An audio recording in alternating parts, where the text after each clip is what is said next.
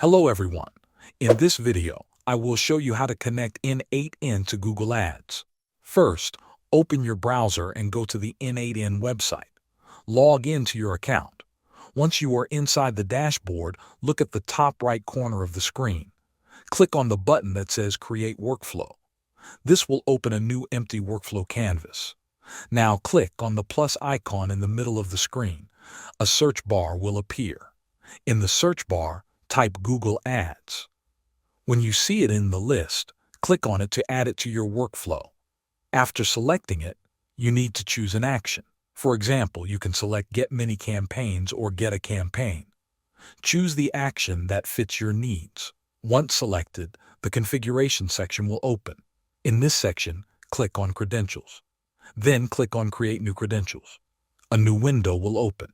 Here, you will need to enter your client ID, client secret, and developer token. You can get these details from your Google Ads and Google Cloud setup. Enter all the required information carefully. After entering the details, click on Save.